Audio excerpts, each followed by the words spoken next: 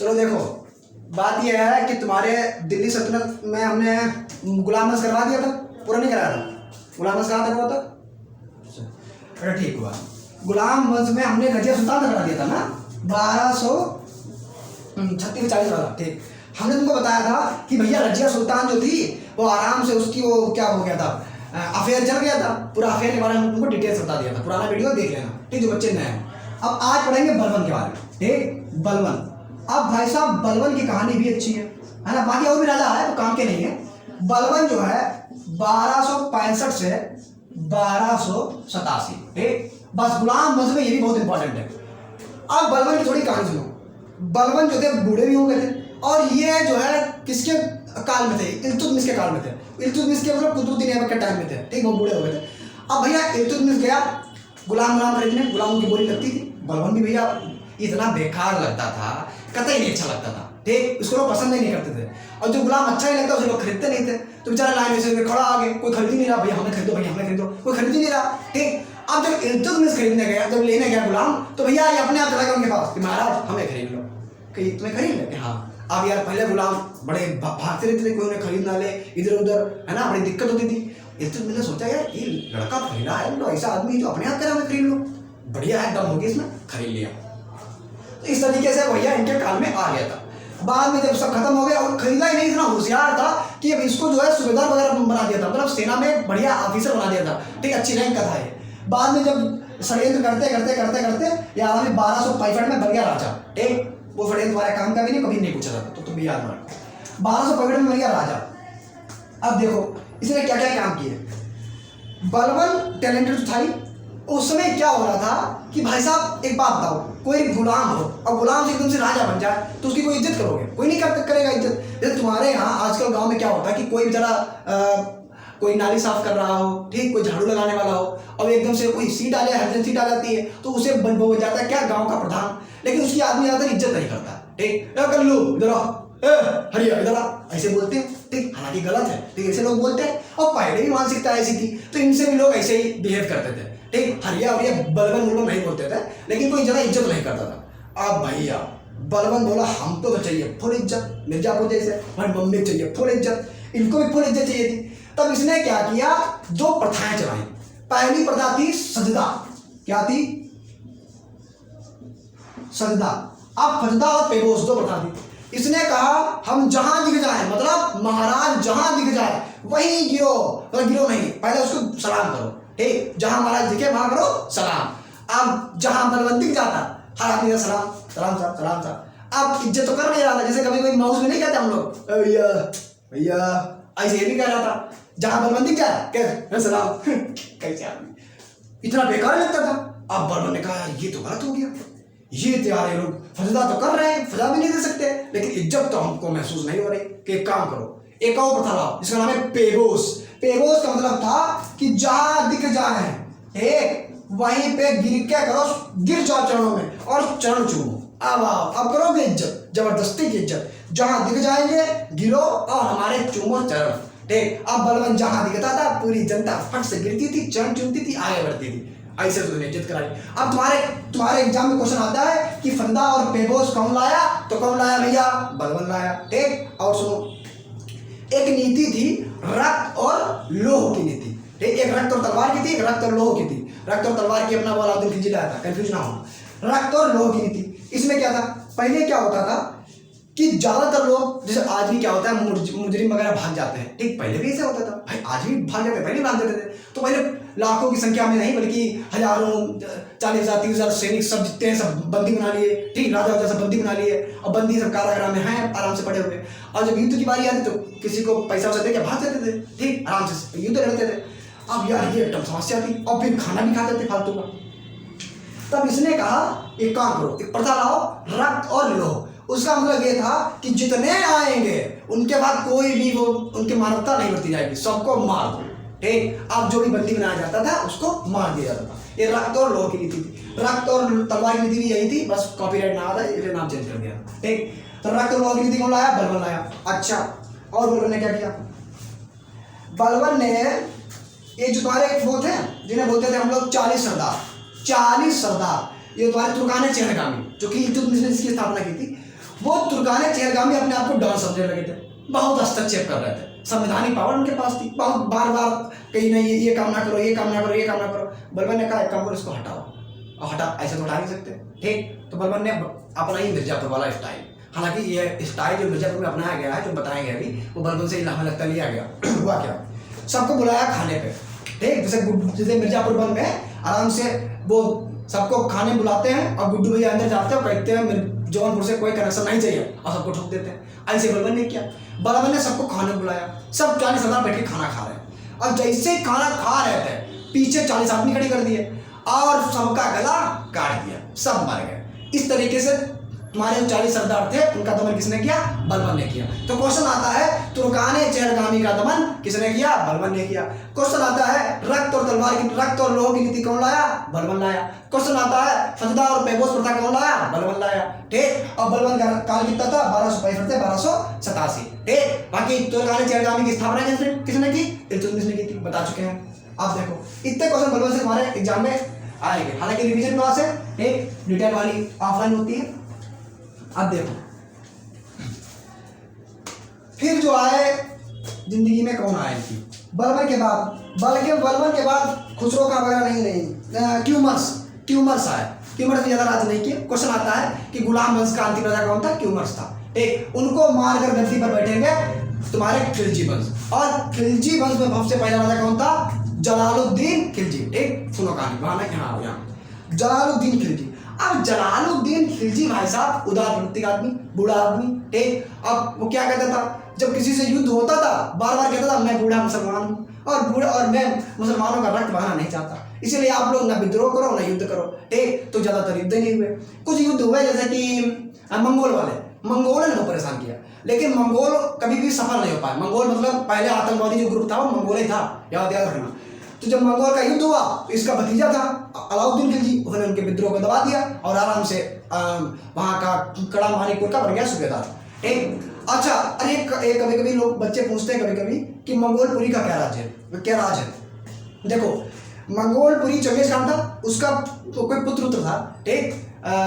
नाम तो एक्चुअली पूरा एक्चुअल नाम नहीं याद है, ठीक, हालांकि मुझे नहीं आता। तो वही जो मंगोल थे उन्हीं को बसाने के लिए, तो भाई युद्ध की, युद्ध तो हार जीत गए ये अपने खिलजी वंश वाले, वो मंगोल हार गए, लेकिन फिर इनके बीच हो गई संधि, बार बार युद्ध करते रहते ना, संधि हो गई। और संधि में क्या हुआ कि उन्होंने कहा हमें अपना इस्लाम धर्म स्वीकार करना है, और मंगोलों ने इस्लाम धर्म स्वीकार कर लिया, और उनके रहने के लिए व्यवस्था बनाई गई किसके द्वारा, जलालुद्दीन खिलजी के द्वारा। दिल्ली के बगल में पूरा दिल्ली के आसपास है एक सीट है, विधानसभा सीट है मंगोलपुरी, ठीक, अभी भी है मंगोलपुरी विधानसभा सीट दिल्ली की, आम आदमी पार्टी को जीता था, हाँ। तो विधानसभा सीट है मंगोलपुरी। तो वो भैया ये मंगोल जो है ये उसी टाइम बनाई गई थी, ठीक है, ये 1290 के आसपास। अब देखो तो ज्यादा युद्ध हुए नहीं। एक थोड़ा कभी कभी पूछा जाता है, तुम्हारे एक थे जो सूफी संत थे, ठीक, कोई चिश्ती थे सूफी संत, तो उनका दमन किया था, ठीक है, तो वो ज्यादा पूछा नहीं जाता, सीधे बात पूछी जाती है 1290 से 96 तक तुम्हारे जलालुद्दीन खिलजी रहे, और 1296 से 1316 तक कौन रहे, डॉन खली, कौन, अलाउद्दीन खिलजी। अब अलाउद्दीन खिलजी ने बहुत काम किया, बस यही इंपॉर्टेंट है, ये जानो अलाउद्दीन खिलजी ने क्या किया, बन गया राजा, ठीक। अब ये भाई साहब टैलेंटेड तो था ही, ठीक। अब कैसे मारा थोड़ा जान लो। 96 में क्या हुआ, इसने ये दक्षिण भारत में गया, जीत के आया, तो कहिया ये गया मिलने गए, तो लोग देखे होंगे वो कौन सी मूवी आई थी, पद्मावत, एक दिखाया गया, तो वही कड़ा मानिकपुर मिलने गए उसे, वही इलाहाबाद साइड में शायद मिलने गए, और वहीं पे उन्होंने चाचाजान को मार दिया और बन गया अपने आप राजा। अब राजा बनने से थोड़ा कॉन्सेप्ट समझो इसका। देखो तुम जानते हो आदमी आजकल जो है अपने आसपास वाले किसी की इज्जत नहीं देता, ठीक, भैया अच्छा भतीजे कौन इज्जत देगा, ठीक, लोग भाई लोगों को नहीं देते। इसने क्या किया, अगर भतीजे बन रहे तो उनको इज्जत नहीं मिलेगी, तो इसने क्या किया, जलालुद्दीन खिलजी की जो बेटी थी उनसे कर ली शादी, बन गया दामाद। जब दामाद बन गया घर में आना जाना हो गया, अच्छा संबंध हो गए, ठीक, और उसी के तहत जो है आराम से बन गया फेवरेट, ठीक। जब फेवरेट बात बनोगे तभी तुमको काम दिया जाएगा, बन गया फेवरेट। और 96 में चाचाजान मिलने गए उनसे, उनको लुढ़का दिया और बन गया गद्दी पर अपने आप राजा। अब 96 से 1316 तक कौन बैठेगा, अलाउद्दीन खिलजी। अलाउद्दीन खिलजी ने क्या किया, पहले क्या होता था कि मार्केटिंग सिस्टम जो था, ठीक, बाजार व्यवस्था थी बड़ी ऊपर नीचे थी, है ना, बड़ी माल वो क्या बोलते हैं उसे, बहुत घूस चलती थी, ठीक, लोग कम तोलते थे, है ना, भैया लोग बहुत कम तोलते थे। तब इसने एक पूरा डिपार्टमेंट बनाया और उस डिपार्टमेंट का काम ये था कि पूरे बाजार को नियंत्रण करना था। ठीक, अगर कोई कम तौल रहा है तो देखभाल करो, ठीक, और कोई ज़्यादा तौल मतलब कोई मिलावट कर रहा है तो तुम देखो जाके। और उसमें सजा भी थी। सजा क्या थी? अगर कोई भी दुकानदार कम तौल रहा है तो जितना कम तौल रहा है उसके शरीर का उतना पार्ट काट के रख दो भैया। अब तो भैया कम तौले, 2-4 लोग ऐसा कर दिया इसने। ठीक, आदमी तौलना कम बंद कर दिया। दूसरी चीज, अगर कोई मिलावट कर रहा है तो उसको देखो मिलावट कर रहा है, अगर पकड़ लिया तो जितने कंकड़ उसमें निकले वही कंकड़ जो कुछ मिलाया हो, कंकड़ मिला जो कुछ भी मिलाया हो वो उसको खिलाओ। ठीक, वही खिलाओ तुरंत। तो अगर तुमसे पूछा जाए कि मार्केटिंग सिस्टम जो था, ठीक, वो किसके काल में सबसे अच्छा था, तो सबसे अच्छा मार्केटिंग सिस्टम जो था वो अलाउद्दीन खिलजी के काल में सबसे अच्छा था। पहला पॉइंट। दूसरा पॉइंट क्या था? पहले लोग क्या करते थे? ठीक, पहले लोग करते थे कि बहुत लाखों की सेना हुआ करती थी। ठीक है, अब लाखों की सेना में ये हुआ करता था कि तुमसे ले रहे हैं रुपया, मतलब तनख्वाह तुमसे ले रहे हैं। ठीक, और जब युद्ध करने की बारी आ रही तो बगल वाले राज्य से युद्ध कर रहे हैं। कहाँ इतनी जान पहचान थी? इसने कहा भाई साहब ये तो गलत हो रहा है, अब हम टैलेंटेड, मैं सुधार करूंगा। तब इसने क्या किया? सैनिकों के हुलिया लिखने की प्रथा स्टार्ट की। ठीक है, तो आइडेंटिफिकेशन इसने जो है स्टार्ट किया। ठीक है, सीधे लिखने सैनिकों के हुलिया लिखने की प्रथा। अब भाई साहब सैनिकों के हुलिया लिखने की प्रथा कौन स्टार्ट किया? अलाउद्दीन खिलजी किया।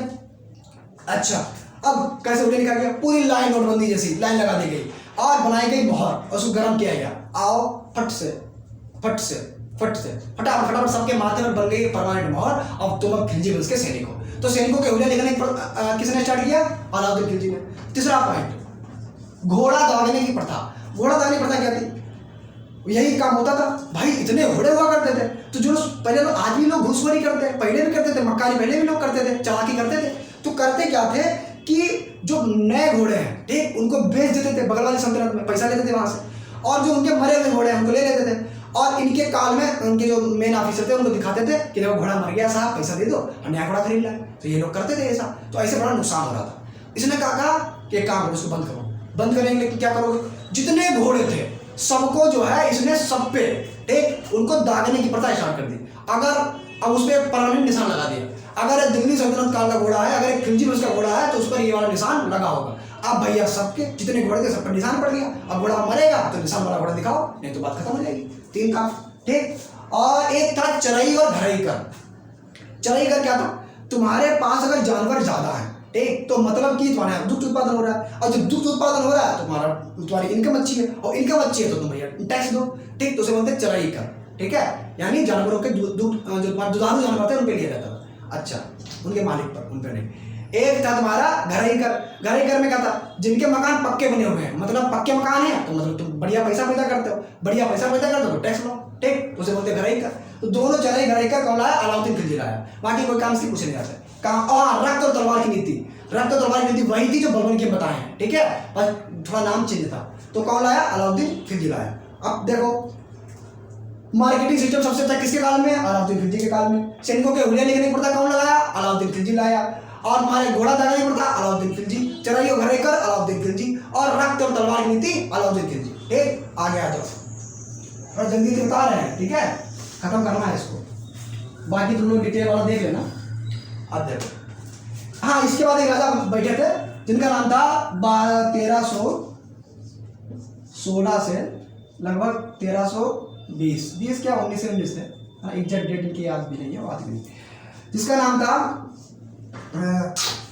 बख्तियार, नहीं कौन था देखो वो, रुकनुद्दीन फिरोज उसके थे, और खिलजी वंश में ही था जिसे बोलते हैं, अरे किसने अपने आप को खलीफा घोषित किया था? क्या नाम था उसका? खिलजी वंश में था, किसने खलीफा घोषित किया था अपने आप को? नाम यार दिमाग से निकल गया। ठीक, बता देंगे अभी। तो उसने ये किया, उसने क्या किया कि जितने जो खलीफा, मतलब इतना वो था कि आराम से जितने मतलब इधर उधर नग्न स्त्रियां थी, नग्न पुरुष थे, उनकी संगत बहुत पसंद करता था। ठीक, और कभी कभी तो यहाँ पर दरबार में नंगा चला आता था, ऐसा आदमी था भाई साहब। ठीक, और उसने अपने आप को घोषित कर दिया खलीफा, कि कोई खलीफा नहीं है, हम ही खलीफा हैं। समझ गए? तो ये वही था नाम, एग्जैक्टली आप यार कमेंट में बता देंगे। ठीक, क्योंकि चलते चलते वीडियो में मिलेगी ना तो कोई दिक्कत नहीं, बाकी पुरानी वीडियो में देख लेना। अच्छा, बाद में खुसरो का बेटा कोई काम करेंगे। फिर 1320 से 1414 तक कौन सा वंश राज करेगा? तुगलक वंश। ठीक, तुगलक वंश। अब इसका देखा, तुगलक वंश में पहला राजा है गयासुद्दीन तुगलक। गयासुद्दीन तुगलक ज्यादा नहीं पूछा था, हालांकि पूछा था कि सबसे अधिक बार मंगोल आक्रमण को किसने विफल किया? गयासुद्दीन तुगलक ने किया। एक ये क्वेश्चन आता है। ठीक, बाकी जो है गयासुद्दीन तुगलक से ज्यादा क्वेश्चन आता नहीं। कभी कभार इसकी मृत्यु पूछ लेता है कि जब ये जीत के वापस आ रहा था तो इसके जो थे अगले वंश जिसका नाम था मोहम्मद बिन तुगलक, ठीक, जिसे जूना का बोलते थे, उसने एक बढ़िया लकड़ी का महल बनवाया था इनके स्वागत में। और ये जा रहे थे और जैसे महल के अंदर गए, बैठे हुए थे, आराम कर रहे थे, तब इसने जो क्या किया, हाथियों की पूरी फौज आगे मतलब छुड़वा दी। और कहा जाता है कि उन हाथियों की धमक थी पैर की, उससे जो है पूरा वो महल गिर गया और लकड़ी के नीचे गिरने से मौत हो गई किसकी? गयासुद्दीन तुगलक की। ठीक, ऐसा कहा जाता है। और कई लोग कहते हैं कि वो इसकी साजिश थी। तो बाकी मोहम्मद बिन तुगलक के बारे में थोड़ा बहुत पढ़ेंगे। मोहम्मद बिन तुगलक सन की राजा बोलते थे। सन की क्यों बोलते थे? इसने 4 काम किए और चारों विफल। ठीक, 4 के चारों काम विफल। पहला काम क्या किया? इसने कहा भाई साहब, भाई टैलेंटेड था, और जो टैलेंटेड लोग होते हैं वो लोग क्या करते हैं, वो लोग जो है एक्सपेरिमेंट बहुत करते हैं। अब एक्सपेरिमेंट करेंगे, है ना, तो फिर तो होंगे, जरूर थोड़े पास ही हो जाए। तब देखो उसने क्या किया। पहला काम इसने किया कि इसने किया राजधानी परिवर्तन। ठीक, अब भाई साहब राजधानी परिवर्तन कैसे करना? इसने कहा दूसरी जगह राजधानी बनाओ, कम से कम सही काम करेंगे, है ना। ये थोड़ा सीरीज ऊपर नीचे हो सकती है। ठीक, अब राजधानी परिवर्तन कॉन्सेप्ट समझ लो, डेट अपने हिसाब से देख लेना। अच्छा, हुआ क्या, जब राजधानी इसने ट्रांसफर कर रहा था तो पूरी जनता जो है आपस में मिलकर कही भाई राजधानी में रहेंगे, राजधानी में रहेंगे, राजधानी में रहेंगे, सब जाने लगे। और जा ही रहते रास्ते में क्या हुआ रास्ते में होने लगी बारिश। अब आजकल बारिश रुक भी जाती है, पहले रुकती भी नहीं थी। और महीना, 1.5 महीना, 2 महीने तक बारिश होती रही।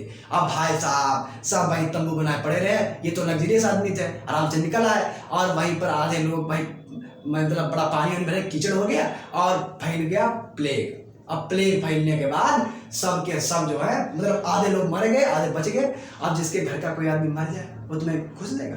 है, खुश होगा तुमसे? नहीं होगा। बहुत गरिया आएंगे बेचारे। देख, सबने इनको बहुत उनको क्रिटिसाइज किया। अच्छा, फिर इन्होंने कहा क्या करें? अरे काम करो, जो द्वाब वाले क्षेत्र है, ठीक, द्वाब वाले क्षेत्र है, जैसे द्वाब क्या जानते हो, जैसे 2 नदियां हैं, ठीक, इन 2 नदियों के जो बीच का क्षेत्र होता है उसको द्वाब बोलते हैं। तो कहीं द्वाब पर, अब जानते हो एग्रीकल्चर के, तो भी जानते होंगे कि नदियों के बीच की जो भूमि होती है बड़ी उपजाऊ होती है। तो उन्होंने कहा ठीक है भैया, उपजाऊ भूमि है, तो उपजाऊ भूमि है मतलब प्रोडक्शन अच्छा हो रहा है। जब प्रोडक्शन अच्छा हो तो मतलब अच्छी खासी इनकम आ रही है, इन पर टैक्स लो और टैक्स ज़्यादा लो। तो उन्होंने क्या किया, जो द्वाब वाला क्षेत्र था उस क्षेत्र पर कर की वृद्धि कर दी। लेकिन इनकी बैड लक देखना, जब भगवान आपसे रुष्ट होता तो क्या क्या होता है। जब इन्होंने टैक्स बढ़ाया उसी साल पड़ गया क्या, सूखा, और पूरी फसल नष्ट हो गई। नदियों में पानी नहीं था, अब नष्ट हो गई। ये लेने के क्या टैक्स, उस पीछे किसान खुद ही रो रहे हैं, हमें मुआवजा दो। कह रहे भैया कहाँ टैक्स है, देख लो, कुछ हो ही नहीं पाता। वो भी योजना विफल हो गई। अब टैक्स तो वसूले जाएगा, वसूला गया, गरिया आएगा, 2 काम खत्म। फिर क्या हुआ, एक और काम था इनका, एक काम था इनका संकेतिक मुद्रा वाला। कि मुद्रा क्या है, मुद्रा तो विनिमय का माध्यम है, आराम से चलाओ। और इन्होंने क्या किया, चांदी वांदी सिक्के चलते थे उसको बंद करा दिए। अब कहाँ से आवश्यकता चलाने लगे, संकेतिक मुद्रा चलाने लगे। अब पहले भी आदमी कलाकार था, बहुत कलाकार आदमी था, उसने क्या किया, जब इनकी कलाकारी को देखते हुए उसने क्या किया, नई नकली मुद्रा बनाना स्टार्ट कर दिया, टकसालें डाल दी। और सब समझते कि सन की राजा है, कभी भी मुद्रा बंद हो सकती है, तो सबने अपनी चांदी रख ली और वही मुद्रा आपस में चलाने लगे। जब 1 साल बाद टैक्स का कलेक्शन आया तो सब वही कहाँ से कहाँ सब भरा हुआ था, इनके पास कुछ नहीं बचा। वो भी योजना फेल हो गई, 3 फेल हुई, चौथी सुनो। चौथी क्या थी, इन्होंने कहा एक काम करो, जब आदमी बिल्कुल हताश हो जाता है तो क्या करता है, दूसरे पर आक्रमण करता है। बुद्धि काम नहीं कर रही थी, तो इन्होंने कराची और खुरासान अभियान थे, वो उन्होंने अभियान करना स्टार्ट किया। ठीक, आसपास युद्ध लड़ा, वहाँ भी मारे पीटे के भगा दिए गए। ठीक, तो चारों योजना इनके चारों काम विफल हो गए। पहला काम जैसे राजधानी परिवर्तन, द्वाब क्षेत्र में कर की वृद्धि, संकेतिक मुद्रा का प्रचलन, और तुम्हारे ये कराची और खुरासान अभियान, सब में विफल। और विफल होने के बाद ये आराम से जब जरा बाद में ये खत्म हो गए, जब खत्म हो गए तो बहुल जो इतिहासकार थे वो कह रहे थे कि जनता को इनसे और इनको जनता से मुक्ति मिल गई। ठीक, और इनको सन की राजा भी बोलते थे। अच्छा, इसके बाद गद्दी पे बैठा फिरोज शाह तुगलक। फिरोज शाह तुगलक क्या क्या काम था, फिरोज शाह तुगलक ने क्वेश्चन 2 ही 3 आते हैं फिरोज शाह तुगलक से तुम्हारे यूपी कैडर में। ठीक है। और जो टीए वगैरह की तैयारी कर रहे हैं एग्रीकल्चर के बच्चे उनके लिए बहुत अच्छा है। तो क्वेश्चन आता है 2-3 क्वेश्चन इससे ऊपर नहीं आएंगे। जैसे कि आता है कि कौन सा राजा ऐसा था, ठीक, जिसने जौनपुर, फिरोजाबाद और फतेहाबाद और हिसार इस सब की स्थापना की, ठीक। तो जौनपुर, फिरोजाबाद, फतेहाबाद, हिसार इस सब की स्थापना किसने की? फिरोज शाह तुगलक ने की, ठीक। और जौनपुर की स्थापना किसकी याद में की? तो अपने जो वो थे मोहम्मद बिन तुगलक, जो जूना का बोलते थे, उनकी याद में की, ठीक है। बाद में इनकी कहानी हुई खत्म। अच्छा, अब इसके बाद तुगलक वंश के बाद बाकी इसमें ज़्यादा कुछ है नहीं। तुगलक वंश के बाद कौन सा वंश आता है? खिलजी वंश, तुगलक में पहला सैयद वंश। तो सैयद वंश 1414 से 1451 तक, ठीक। इसमें से एक ही क्वेश्चन आता है कि खिलजी आपके सैयद वंश के संस्थापक का नाम, तो इसमें आपके खिज्र खां, ठीक। खिज्र खां, बस इतना याद रखना, ठीक। बाकी ज़्यादा क्वेश्चन पूछे नहीं जाते। अच्छा, फिर आता है 1451 से 1526 तक कौन सा वंश? लोधी वंश, ठीक। थोड़ा जल्दी से बता रहे हैं, है ना, क्योंकि टाइम हमारे पास 5 मिनट का ही है। अब देखो लोधी वंश में क्या हुआ। लोधी वंश में जो पहले राजा थे जिनका नाम था सिकंदर लोधी, बहलोल लोधी, ठीक। पहले थे बहलोल लोधी। अब बहलोल लोधी वंश के संस्थापक कौन? बहलोल लोधी। कभी बार पूछा जाता है कि बहलोली सिक्के किसने चलवाए? तो बहलोल लोधी चलवाए, ठीक। फिर कौन, इसके बाद कौन थे? सिकंदर लोधी। अब सिकंदर लोधी जो है, सिकंदर लोधी से क्वेश्चन आता है कि आगरा शहर की स्थापना किसने की? तो सिकंदर लोधी ने की, ठीक। आगे आ जाओ, तरफ वो 4 के आसपास है ना, देख लेना। और तीसरे हैं आपके इब्राहिम लोधी, ठीक। अब इब्राहिम लोधी से क्वेश्चन जो आते हैं देख लो। इब्राहिम लोधी से क्वेश्चन आते हैं कि जो पानीपत का युद्ध हुआ, ठीक, पानीपत का पहला युद्ध किस किस के बीच हुआ? तो 1526 में पानीपत का पहला युद्ध इब्राहिम लोधी और बाबर के बीच हुआ, याद रखना। इब्राहिम लोधी और बाबर के बीच हुआ, ठीक। आगे तुम बाबर पढ़ाएंगे अच्छे से, याद रखना, ठीक है। थोड़ा समय भी कम है तो हम लोग तुम्हें आगे डिटेल बता देंगे। बाकी कोई दिक्कत हो आकाश भाष पे इंस्टाग्राम पे सर्च करना, पूछ लेना, ठीक है। और कोई दिक्कत हो ना ऑफ लैंग्वेज में आओ, पूरा अच्छे बता देंगे, ठीक। Radhe Radhe, thanks to all.